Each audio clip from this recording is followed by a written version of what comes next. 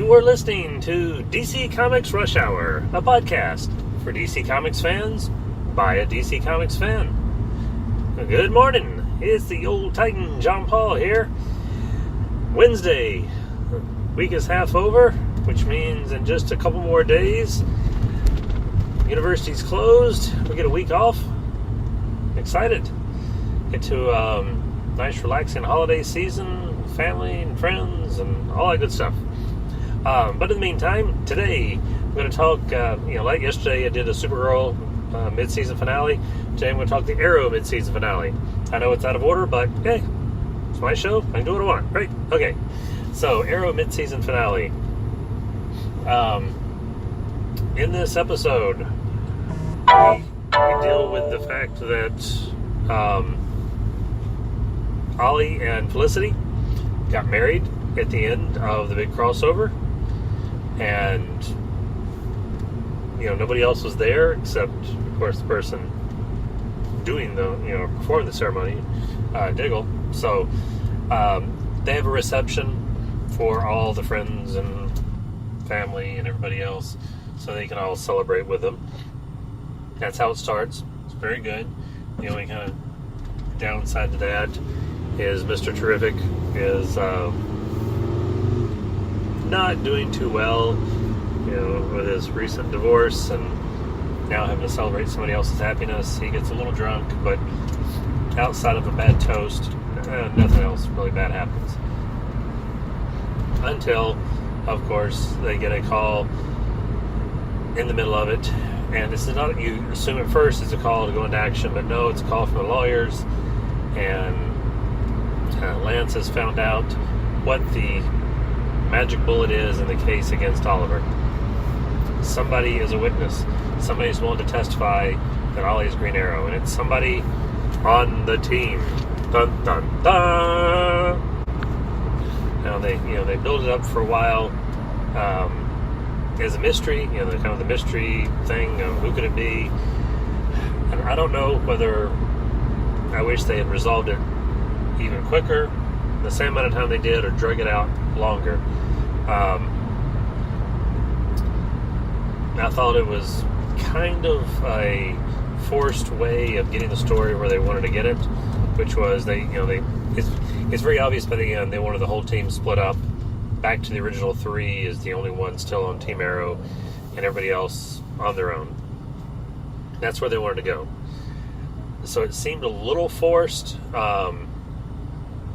I guessed who the person would be, because you got three of them. You got Mr. Terrific, Black Canary, and Wild Dog. And Mr. Terrific, with his personality and working with Felicity and all the rest, you knew he's not the one betraying them.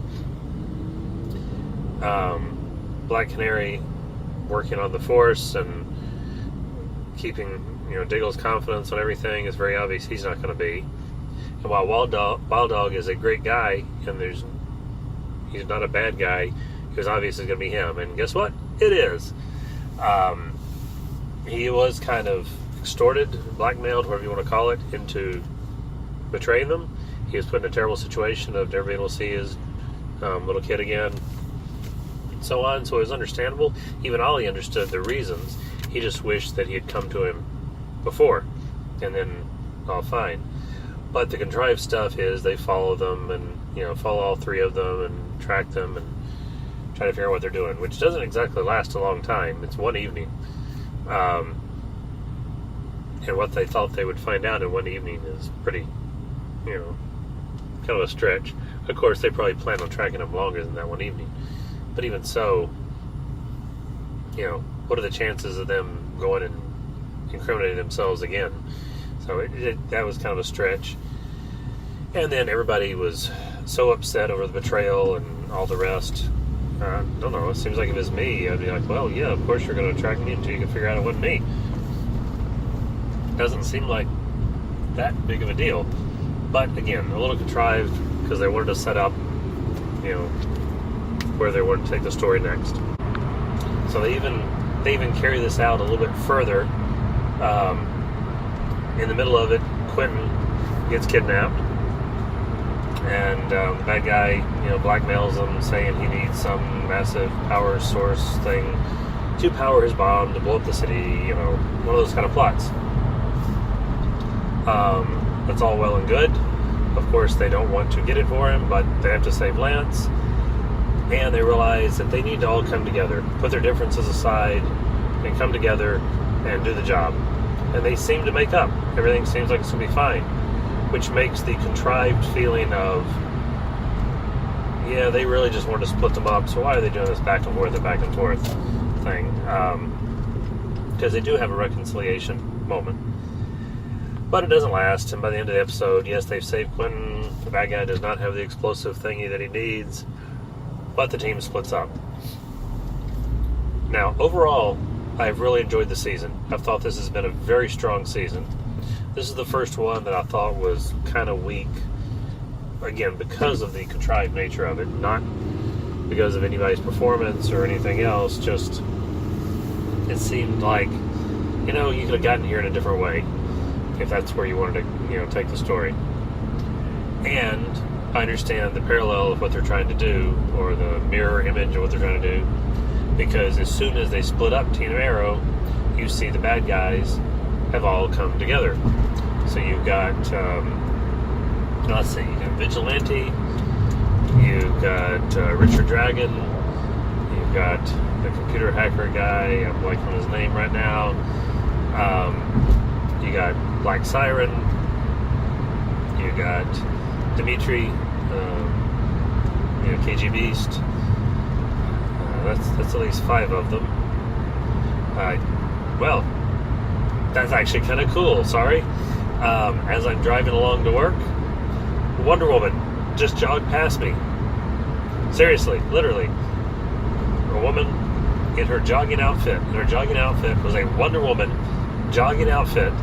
Just jogged past me on the road. How much more perfect do you get than that while recording a DC podcast? Only here on DC Comics Rush Hour will you see something like that. Or maybe you didn't see it, but will I see something like that and get to explain it to you and describe it to you and make you feel like you're a part of the action. Alright, well, back to the story. So we get all the bad guys. I'm probably leaving somebody out in there. We get all the bad guys teamed up, which is great. I have no problem with that. Maybe Vigilante a little bit, but other than that, bad guys teaming up, hey, good thing. Right as Team Arrow splits up, fine. I like what they're doing. Just getting it there was, they could have done a better job getting it there. Only other thing I want to mention before this review is done is they did finally give a moment to where it's possible Black Siren can be redeemed. They show that. Whether they'll pay it off or not, I don't know. But instead of killing Lance, they have a moment together, which you think she's just going to, in the middle of the moment, laugh and do kind of a Tommy Merlin thing when he was Prometheus from Earth X.